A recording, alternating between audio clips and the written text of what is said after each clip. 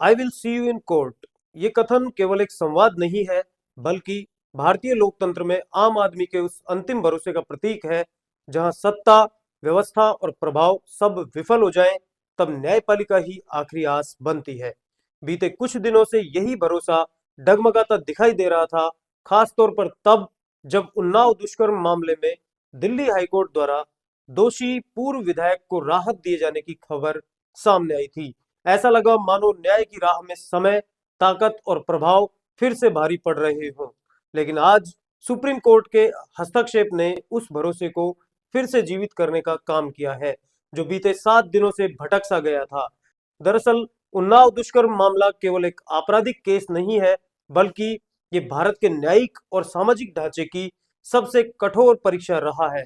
एक नाबालिग लड़की जिसने सत्ता के शीर्ष पर बैठे व्यक्ति के खिलाफ आवाज उठाने का साहस किया, उसे न केवल सामाजिक दबाव का सामना करना पड़ा, बल्कि प्रशासनिक उदासीनता, धमकियों और हिंसा तक से गुजरना पड़ा। पीड़िता का परिवार जिस संघर्ष से गुजरा, वो किसी भी सभ्य समाज के लिए शर्म का विषय है। एफआईआर दर्ज करवाने से लेकर अदालत तक पहुंचने की राह में हर कदम पर बाधाएं खड़ी की गई। पीड़िता के पिता की हिरासत में संदिग्ध मौत, फिर सड़क हादसे के नाम पर पूरे परिवार को खत्म करने की कोशिशें, ये सभी घटनाएं इस बात की गवाही देती हैं कि ये लड़ाई सिर्फ कानून की नहीं थी, बल्कि सत्ता बनाम सच की थी। पीड़िता की मां इस पूरे संघर्ष की सबसे मूक लेकिन सबसे मजबूत कड़ी रही। एक मां जिसने अपनी बेटी के साथ हुए जघन्य अपराध के बाद न केवल समाज का सामना किया, बल्कि सिस्टम की बेरुखी को भी झेला। बार बार धमकियां, केस वापस लेने का दबाव और आर्थिक और सामाजिक असुरक्षा के बावजूद वो पीछे नहीं हटी। उनका संघर्ष इस बात का प्रतीक बन गया कि न्याय के लिए लड़ाई केवल अदालत में नहीं, बल्कि हर उस जगह होती है जहां डर के सामने सच खड़ा होता है। इसी संघर्ष के बीच एक नाम लगातार सामने आता रहा इन बीते 7 दिनों में और पिछले 7 वर्षों में, जो नाम है योगिता भयाना का। जब कई लोग इस मामले को केवल एक और खबर मानकर आगे बढ़ गए, तब योगिता भयाना ने इसे एक राष्ट्रीय मुद्दे के रूप में जीवित रखा। People against rapes in India यानी परी की संस्थापक योगिता भयाना सामाजिक कार्यकर्ता है। शायद यही कारण है कि पीड़िताओं के दर्द को वे आंकड़ों या कानूनी शब्दावली में नहीं, बल्कि इंसानी संवेदना के साथ समझती हैं। उन्नाव मामले में योगिता भयाना की भूमिका निर्णायक रही। उन्होंने न केवल पीड़िता और उसके परिवार के साथ खड़े होकर उन्हें नैतिक संबल दिया, बल्कि मीडिया और न्यायिक संस्थाओं पर निरंतर दबाव बनाने का काम भी जारी रखा। जब दिल्ली हाईकोर्ट ने दोषी को सजा, निलंबन और जमानत दी, तब योगिता भयाना उन शुरुआती आवाजों में शामिल रही जिन्होंने इस फैसले पर गंभीर सवाल उठाए। उन्होंने साफ शब्दों में कहा कि बलात्कार जैसे गंभीर अपराध में लंबे समय से जेल में रहने को राहत का आधार बनाना न्याय की आत्मा के विरुद्ध है, इसके खिलाफ है। उनका यह सवाल केवल एक व्यक्ति या केस के लिए नहीं था, बल्कि पूरे सिस्टम से था कि जो अक्सर पीड़िता की सुरक्षा और मानसिक स्थिति को हाशिए पर डाल देता है। नमस्कार, मैं आज सुप्रीम कोर्ट के दिए गए फैसले का स्वागत करती हूं और मैं धन्यवाद करना चाहती हूं हमारे मीडिया भाई बंधुओं का और हमारे जनता का, जिन्होंने इतना सपोर्ट दिया इस बेटी को।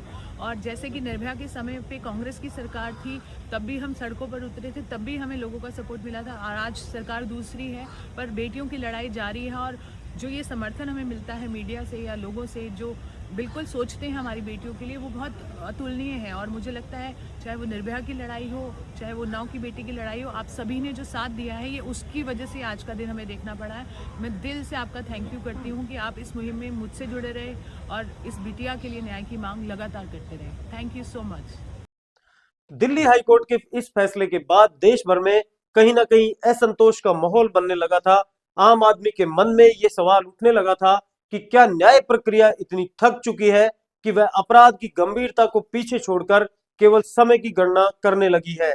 सोशल मीडिया से लेकर सड़कों तक ये चिंता साफ दिखाई देने लगी है कि कहीं यह फैसला भविष्य में अन्य मामलों के लिए खतरनाक मिसाल न बन जाए।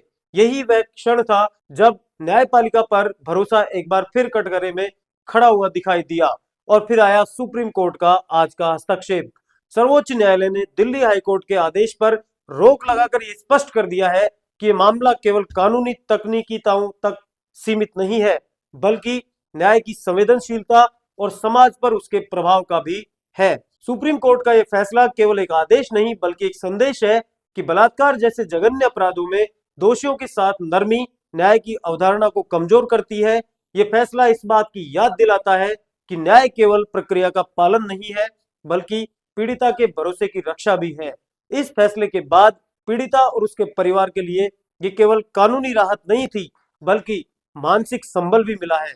वर्षों से जिस डर और अनिश्चितता के साथ वे जी रहे हैं उसमें कुछ हद तक स्थिरता लौटी है। आप सोच सकते हैं एक 16 साल की बच्ची जिसके साथ एक बाहुबली एमएलए ने रेप किया, बलात्कार किया, और ना कि खुद बलात्कार किया बल्कि गैंग रेप करवाया अपने कुछ साथियों से। और हम कौन सी दुनिया में, हमें लगता है कि ये हो गया। नहीं, आगे सुनिए। उसकी जब पिता ने रिपोर्ट कराने की कोशिश की, पुलिस कस्टडी में बहुत बुरी तरह से टॉर्चर करते हुए, जो आप फिल्मों में देखते हैं उतने ही से ज़्यादा टॉर्चर करते हुए उसके पिता की पुलिस कस्टडी में हत्या कर दी गई। यहीं ख़त्म नहीं होता। जब किसी लॉयर ने उसका केस लड़ना चाहा तो जब उस लॉयर की गाड़ी में बैठकर ये पीड़िता जा रही थी अपने न्याय की मांग के लिए, वो गाड़ी को 11 बार टक्कर करवा दी। 11 बार टक्कर खाने से उस गाड़ी में बैठे 4 सदस्य थे जिसमें से 3 की ऑन स्पॉट डेथ हो गई, लॉयर की, इसकी मासी की, इसकी बुआ की, और ये बच्ची बच गई। आपकी रूह कांप उठेगी। और ये बच्ची कैसे बची है, मैंने इसको अस्पताल में तब देखा है जब ये क्रिटिकल केयर में थी 7 साल पहले, और उठ नहीं पा रही थी, वेंटिलेटर पर थी। 6 महीने जब वो उस वेंटिलेटर आईसीयू में रही, उसके बाद उसने अपनी हिम्मत जुटाई और अपना केस लड़ना चाहा। उस मुजरिम को उम्र कैद की सज़ा हुई। इतना कुछ खोया इस बच्ची ने। अपनी लाइफ को नॉर्मल करने लगी थी, अभी शादी की और कोशिश कर रही थी नॉर्मल होने की। हम उसके साथ थे इतने साल से, और अब क्या हुआ आप सुन के हैरान हो जाएंगे। उस आरोपी को बरी कर दिया गया। आप सुन पा रहे हैं, उसे बरी कर दिया गया। और एक्सक्यूज ये नहीं कि बलात्कार प्रूव नहीं हुआ, बलात्कार प्रूव हुआ है, पर क्योंकि कोई कानूनी दावपेच थे जो उसे बचा सकते थे फालतू के, हाईकोर्ट ने ऐसी ऐसी दलीलें दी हैं कि आप सुन के हैरान हो जाएंगे कि वो एक पब्लिक सर्वेंट नहीं है, या फिर ये बच्ची माइनर नहीं थी और कोर्ट के पास टाइम नहीं है। इतनी फालतू चीजें बोलकर उसे बरी कर दिया गया। आप सोच सकते हैं, आपको गुस्सा आ रहा है? अगर नहीं आ रहा तो आना चाहिए, क्योंकि बेटियां हमारे सबके घर में हैं और ये हिंदुस्तान की बेटियों की बात कर रहे हैं हम। मैं तो आक्रोशित हूँ और तब से इस बेटी के साथ हूँ, जब से उसने कोर्ट में मुझे बताया कि दीदी मेरे साथ ऐसा हुआ, और मैं तभी से उसके साथ हूँ। क्या देश उसके साथ है? अगर नहीं है तो आप मर चुके हैं। योगिता भयाना ने भी इस फैसले का स्वागत करते हुए कहा कि ये लड़ाई न्याय की दिशा में एक महत्वपूर्ण कदम है, लेकिन लड़ाई अभी खत्म नहीं हुई है। उन्होंने ये चेतावनी भी दी है कि समाज और सिस्टम को सतर्क रहना होगा ताकि भविष्य में किसी अन्य पीड़िता को इस तरह की लड़ाई अकेले न लड़नी पड़े। कांग्रेस नेत्री अलका लांबा की बात पर भी आपको नजर डालनी होगी कि उन्होंने इस कोर्ट के आदेश के बाद क्या कहा है। सलाम करते हैं सुप्रीम कोर्ट को, उन्होंने हाई कोर्ट के फैसले पर रोक लगा दी है। ये हमारी उन्नाव की पीड़िता और उनके साथ खड़े हुए एक एक शख्स की जीत है। इस जीत पर बधाई देती हूँ, लेकिन लड़ाई जारी रहेगी क्योंकि फैसला बड़ा होना चाहिए। हाईकोर्ट के फैसले पर रोक लगना एक जोरदार तमाचा है कुलदीप सिंह सेंगर जैसे लोगों पर, और उनके समर्थन में जितने भी लोग खड़े रहे, सरकार, प्रशासन, सिस्टम, महिलाओं को भी देखा। I support Kuldeep Sengar, shame on you. फैसला आ चुका है, धन्यवाद करते हैं, उन न्याय की उम्मीद को जिंदा रखा है। ये बहुत बड़ी बात है कि आज सुप्रीम कोर्ट के फैसले ने हाई कोर्ट के फैसले पर रोक लगा दी और ये साफ कर दिया कि भाजपा का पूर्व विधायक कुलदीप सिंह सेंगर, जो नाबालिग बेटी के बलात्कार का हत्या के, उनके परिवार के लोगों की हत्या का दोषी था, उसे अब बाहर नहीं आने दिया जाएगा, वो जेल में रहेगा। ये बिल्कुल पीड़िता के परिवार की और उसके साथ खड़े हुए हर एक आवाज की ये जीत है, और ये जोरदार तमाचा उन लोगों के मुंह पर है जिन्होंने हाई कोर्ट में इस लड़ाई को कमजोरी से लड़ा।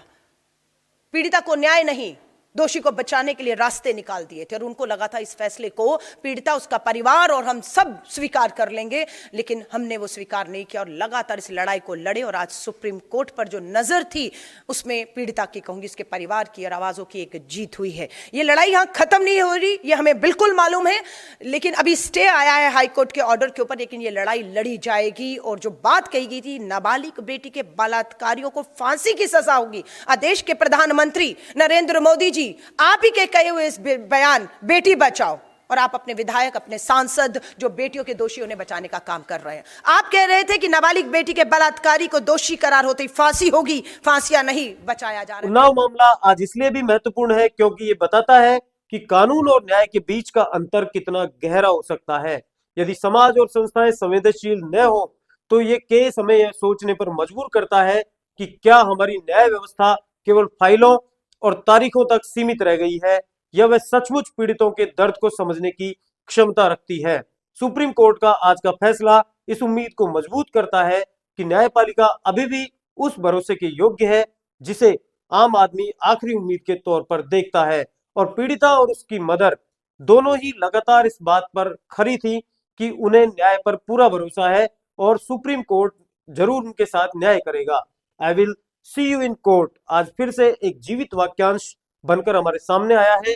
ये वाक्य उन लाखों लोगों की भावना को व्यक्त करता है जो मानते हैं कि अंततः जीत न्याय की होती है, चाहे रास्ता कितना ही कठिन क्यों न हो।